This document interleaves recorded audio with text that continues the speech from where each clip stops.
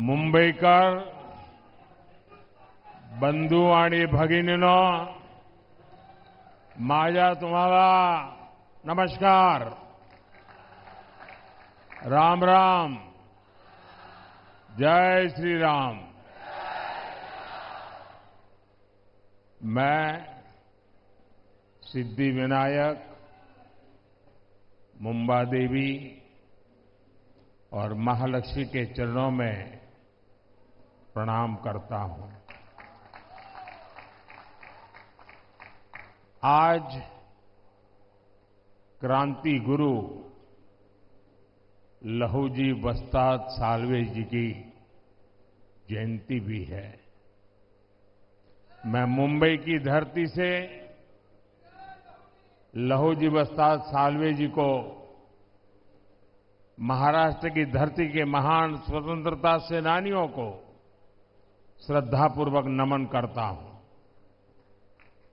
साथियों, आज महाराष्ट्र में इस चुनाव की ये मेरी आखिरी जनसभा है. मैंने इस दौरान पूरे महाराष्ट्र का दौरा किया है. विदर्भ, मराठवाड़ा, पश्चिम महाराष्ट्र, उत्तर महाराष्ट्र, कोंकण, हर क्षेत्र के लोगों से मेरा संवाद हुआ और अब मैं आमची मुंबई में हूं.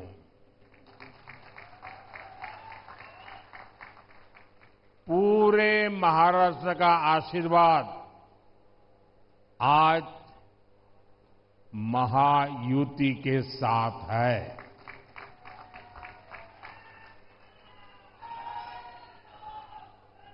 आज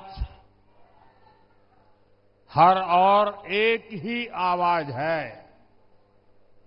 भाजपा महायुति आहे तर गती आहे, महाराष्ट्राची प्रगती आहे. साथियों, महाराष्ट्र की धरती से हर युग में नए चिंतन की नई धाराएं निकली है. यहां से संत ज्ञानेश्वर, संत तुकाराम, संत नामदेव जैसे संतों ने, विद्वानों ने समाज को दिशा दिखाई.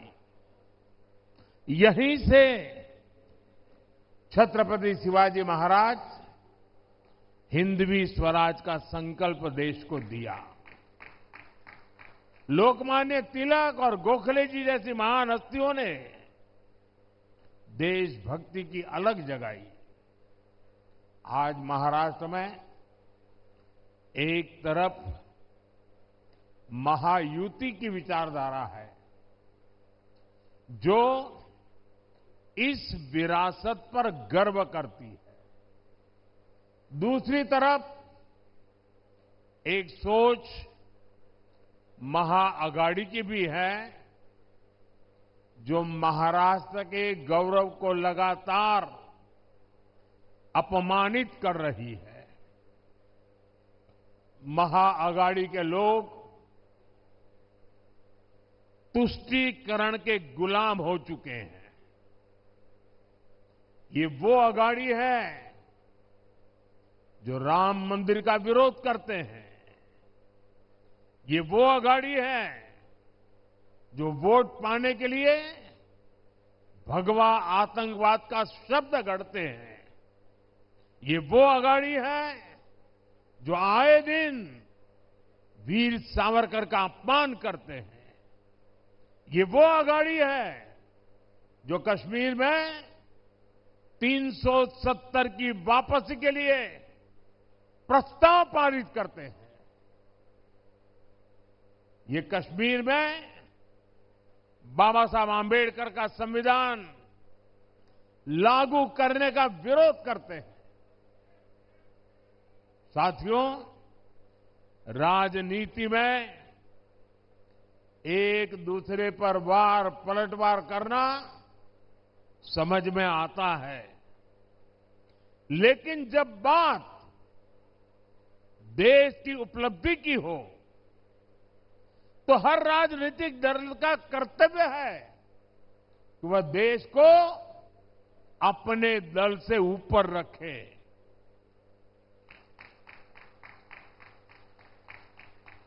भाजपा का, महायुति का ये मंत्र है, ये नीति है, ये हमारी वृत्ति भी है, प्रवृत्ति भी है। लेकिन अघाड़ी वालों के लिए देश से ऊपर उनका दल है। जब भारत आगे बढ़ता है तो अघाड़ी वालों को तकलीफ होती है। भारत की हर उपलब्धि पर अघाड़ी वाले सवाल उठाते हैं। यही लोग हैं जिन्होंने दशकों तक मराठी भाषा को अभिजात भाषा का दर्जा नहीं दिया, और जब हमने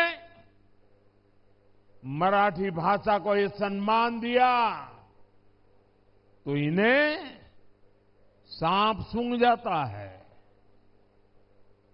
इसलिए आपको महाअघाड़ी वालों की राजनीति से,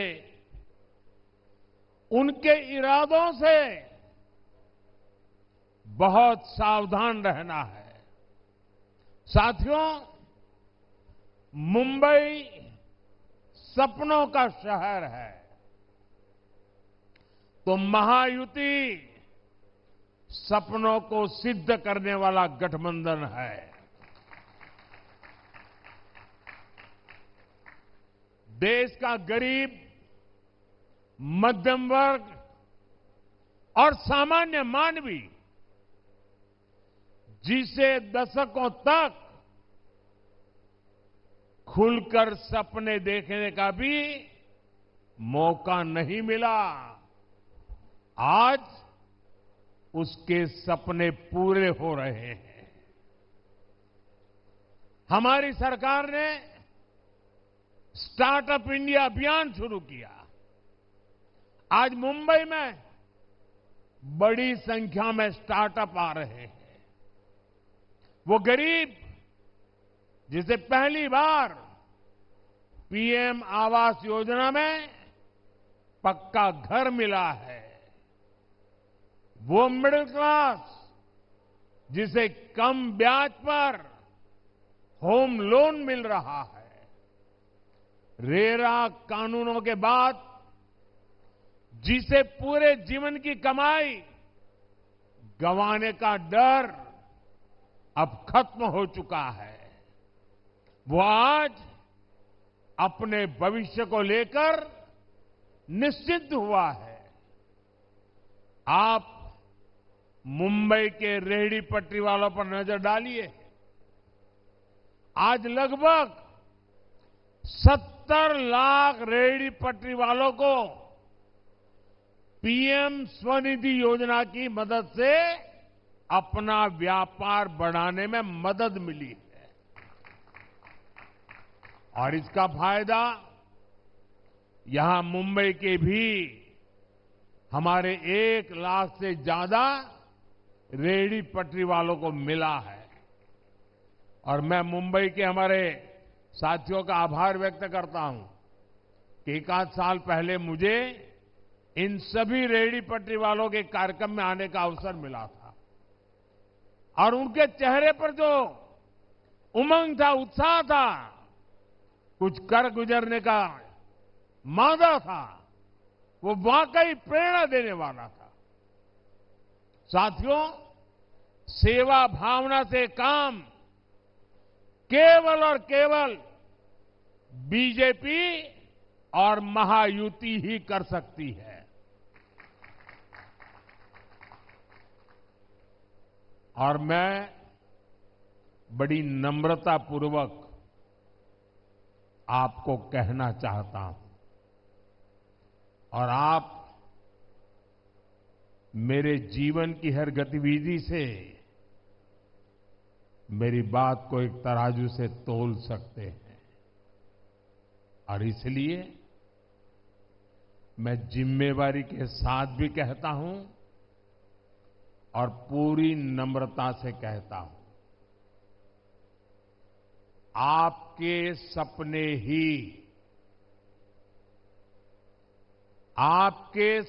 ही हमारे संकल्प है।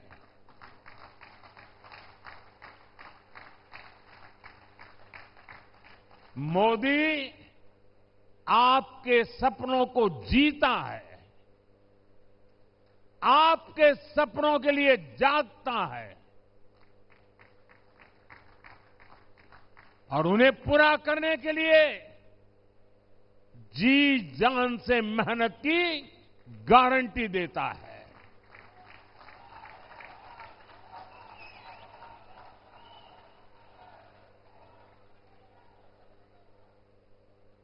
साथियों, आज दुनिया का हर देश अपने बड़े शहरों को आधुनिक बनाने में लगा है। मुंबई के लिए यही सपना बीजेपी और महायुति ने देखा है। आज हर मुंबईकर देख सकता है कि हम कितने बड़े स्केल पर विकास कार्यों को आगे बढ़ा रहे हैं। हमारी सरकार मुंबई को कनेक्टिविटी की हर परेशानी से मुक्ति दिलाना चाहती है और शिंदे जी ने और देवेंद्र जी ने अभी विस्तार से इसका वर्णन भी किया है। आज मुंबई में लाखों करोड़ रुपए की परियोजनाएं चल रही है।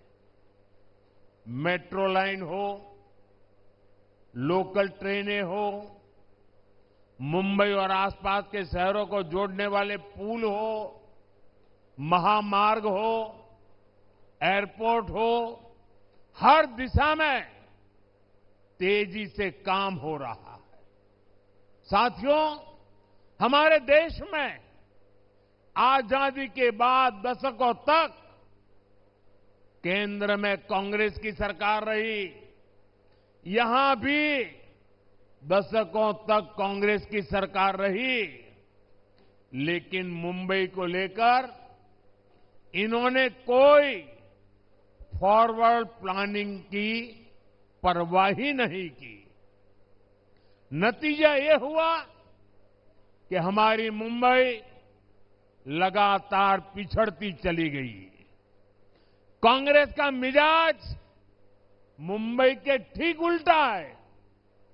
मुंबई का मिजाज यानी ईमानदारी और कड़ी मेहनत। मुंबई का मिजाज यानी आगे बढ़ने की ललक। लेकिन कांग्रेस का मिजाज क्या है? कांग्रेस का मिजाज है भ्रष्टाचार। कांग्रेस का मिजाज है देश को पीछे धकेलना। कांग्रेस का मिजाज है विकास में अड़ंगा डालना। आपको याद रखना है, इन्होंने अटल सेतु का विरोध किया था, इन्होंने मेट्रो का विरोध किया था। हम जब इनोवेशन की बात कर रहे थे, हम जब डिजिटल इंडिया और यूपीआई की बात कर रहे थे, तब कांग्रेस और उसके साथी टेक्नोलॉजी और यूपीआई का मजाक उड़ाते थे।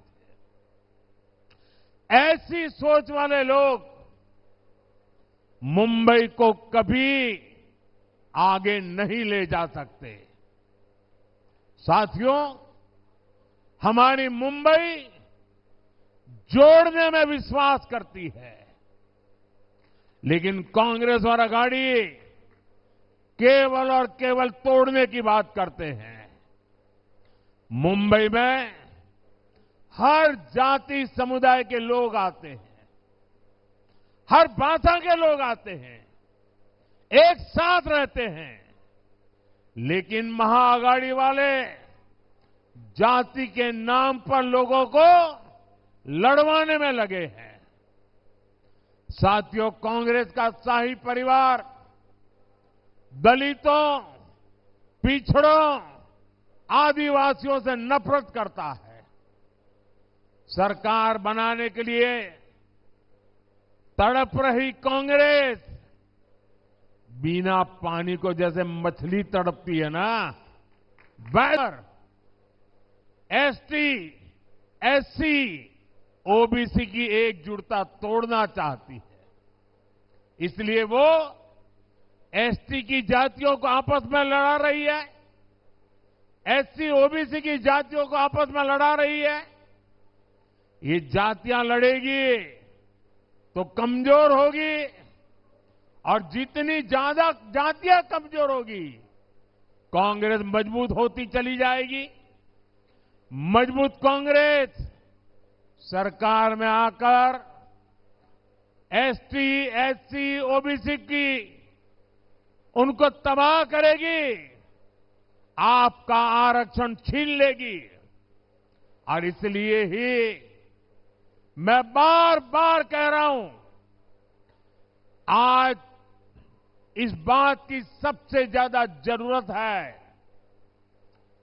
जिस प्रकार से अघाड़ी के लोग कारनामे कर रहे हैं, जिस प्रकार से कांग्रेस के शाहजादे देश में तबाही की भाषा बोल रहे हैं, तब आज एक बात बहुत जरूरी हो गई है, और वो है, एक है तो सेफ है, एक है तो,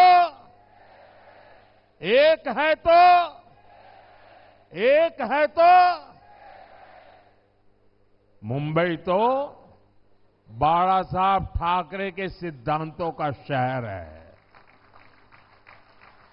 मुंबई स्वाभिमान का शहर है।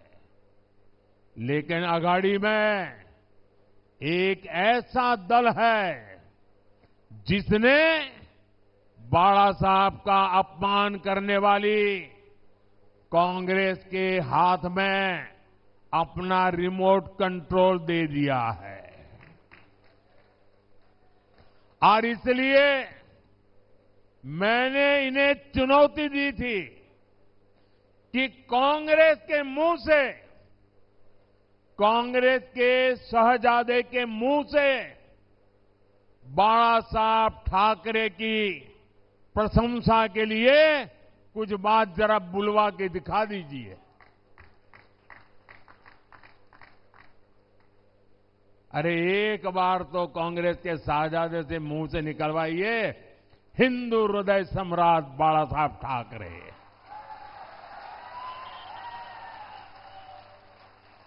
और जिस दिन आप इतना करवा लोगे ना, आपको सचमुच में अच्छी नींद आएगी, कभी अस्पताल नहीं जाना पड़ेगा।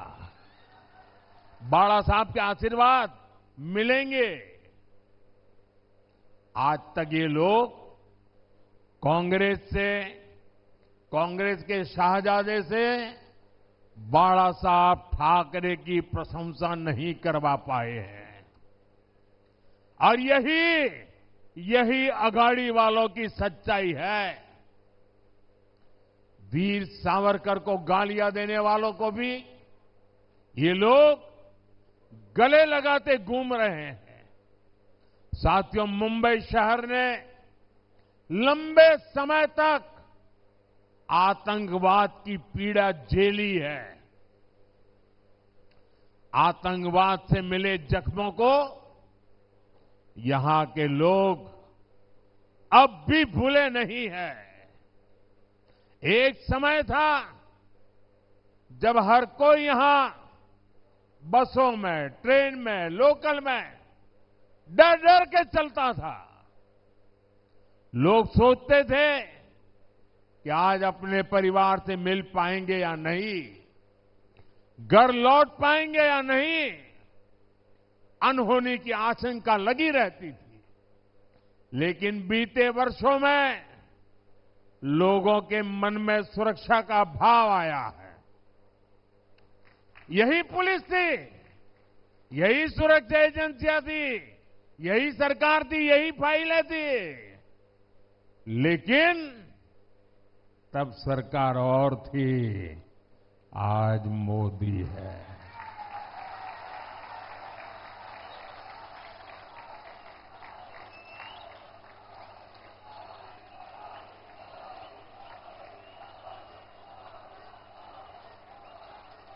आपको सोचना है कि क्यों जब कांग्रेस सरकार थी तो मुंबई समेत देश भर में आतंकी घटनाएं होती रहती थी। हर जगह आपको लावारिस वस्तुओं का डर दिखाया जाता था। बस में, ट्रेन में बैठते ही सूचना आती थी कि कोई लावारिस बैग तो नहीं पड़ी है, कहीं कुकर तो नजर नहीं आ रहा है, कहीं टिफिन बॉक्स तो नजर नहीं आ रहा है। अगर दिखता है तो तुरंत पुलिस को जानकारी दीजिए, ऐसा कहा जाता था। अब ये सब बंद हो गया कि नहीं हो गया? ये सब गया कि नहीं गया? आज देश में मोदी की सरकार है। आतंक के आकाओं को पता है, अगाड़ी वालों को हो या ना हो।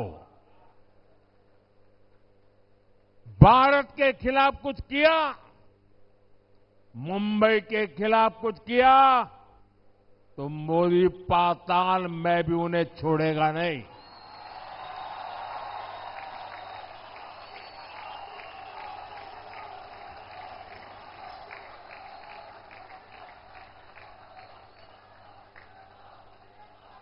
साथियों, मुंबई की एक बहुत बड़ी ताकत है महिलाओं की भागीदारी और वुमेन लेड डेवलपमेंट। देश के दूसरे शहरों में भी मुंबई की मिसाल दी जाती है। आज स्टार्टअप्स को लीड करने से लेकर ड्रोन दीदी की भूमिका निभाने तक महाराष्ट्र की महिलाएं देश को दिशा दिखा रही है। महाराष्ट्र में 27,000 से ज्यादा स्टार्टअप्स, जिनमें से अनेकों स्टार्टअप का नेतृत्व महिलाएं कर रही है, हमारी माताएं, बहनें, बेटियां कर रही है। देश भर में 70,000 से ज्यादा ऐसे स्टार्टअप्स हैं जिनमें कम से कम एक महिला डायरेक्टर के रूप में उसका नेतृत्व कर रही है। महिला नेतृत्व वाले कई स्टार्टअप्स मुंबई बेस्ड हैं। ये महिलाएं बड़ी संख्या में रोजगार के अवसर तैयार कर रही है। महायुति सरकार की माझी लाड़की बहन योजना का लाभ बड़ी संख्या में मुंबई की माताओं बहनों को भी मिला है। पीएम आवास योजना के तहत जो घर मिले हैं, उनमें से अधिकतर घर भी महिला सदस्य के नाम पर है। इससे महिलाओं के सामाजिक आर्थिक सशक्तिकरण में तेजी आई है। साथियों, मुझे पता है मुंबई का जोश कभी ठंडा नहीं पड़ता और मुंबईकर अपनी जिम्मेदारी पूरी जी जान से निभाते हैं। और इसलिए 20 तारीख को रिकॉर्ड मतदान की जिम्मेदारी मैं आप सब मेरे साथियों को देकर के जाता हूं।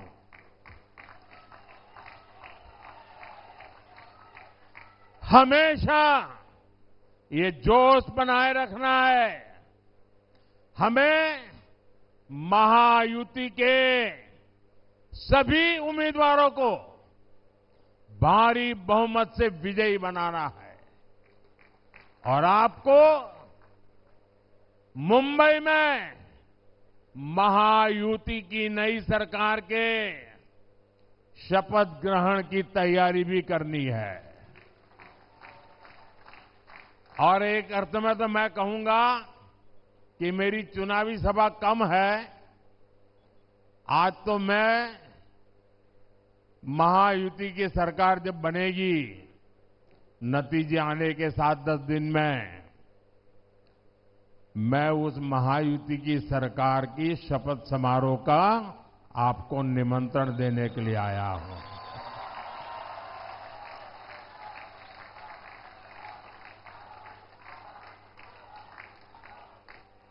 साथियों, मैंने इस बार झारखंड का चुनाव भी देखा है, महाराष्ट्र का चुनाव भी देखा है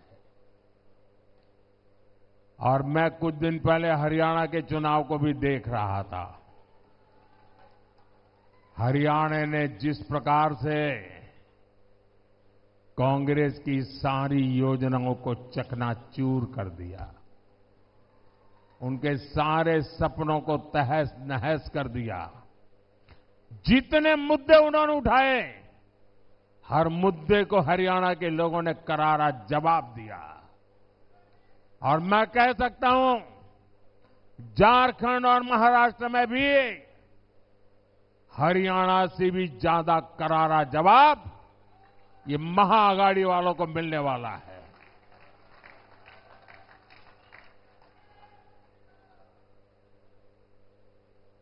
झूठ लंबे समय तक जिंदा नहीं रह सकता और देश की जनता ने हर झूठ को जमीन में गाड़ देने का तय कर लिया है। साथियों, ये लोग संविधान, और वो भी कोरे कागज वाला संविधान, कुछ भी नहीं लिखा हुआ था संविधान, लेकिन देश को मैं बताना चाहता हूं, इस देश के लिए शर्म की बात है, हम सभी देशवासियों के लिए शर्म की बात है कि आजादी के बाद 6-7 दशक तक बाबा साहब आंबेडकर का संविधान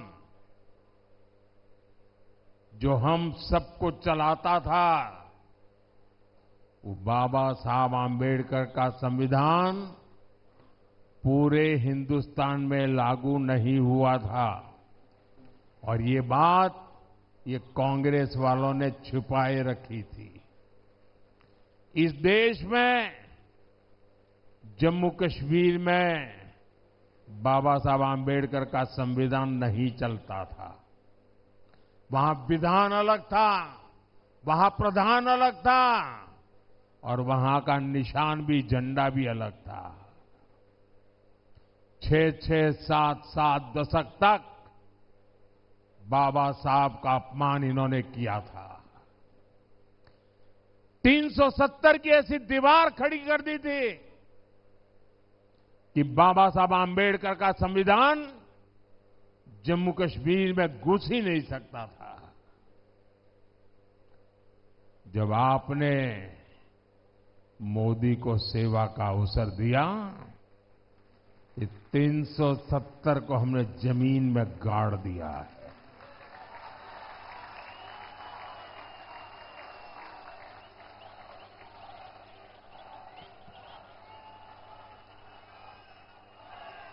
और तब जाकर के बाबा साहब आंबेडकर का संविधान जम्मू कश्मीर में लागू हुआ। आप हैरान हो जाएंगे, जम्मू कश्मीर में हाई कोर्ट का जज अगर महाराष्ट्र से गया होगा तो भी, आंध्र से गया होगा तो भी, तमिलनाडु से गया होगा तो भी, जम्मू कश्मीर में हाई कोर्ट का जज भारत के संविधान पर शपथ नहीं लेता था, वो जम्मू कश्मीर के विधान के आधार पर शपथ लेता था। जम्मू कश्मीर के इसके पहले के किसी मुख्यमंत्री ने भारत के संविधान की शपथ नहीं ली है। देशवासियों, आज अभी जो जम्मू कश्मीर में सरकार बनी, आजादी के बाद पहली बार भारत के संविधान की शपथ लेकर के मुख्यमंत्री का काम शुरू हुआ। ये कमाल किसकी है? ये कमाल किसकी है? ये कमाल किसकी है? ये कमाल किसकी है? ये कमाल मोदी की नहीं है, ये आपके एक वोट की ताकत है कि 370 जमीन में चली गई।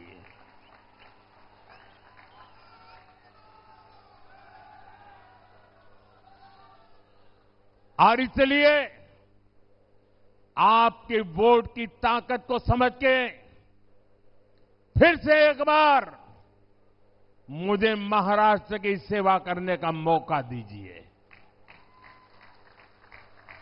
मुझे आपके सपनों के लिए जी जान से जुटने का अवसर दीजिए।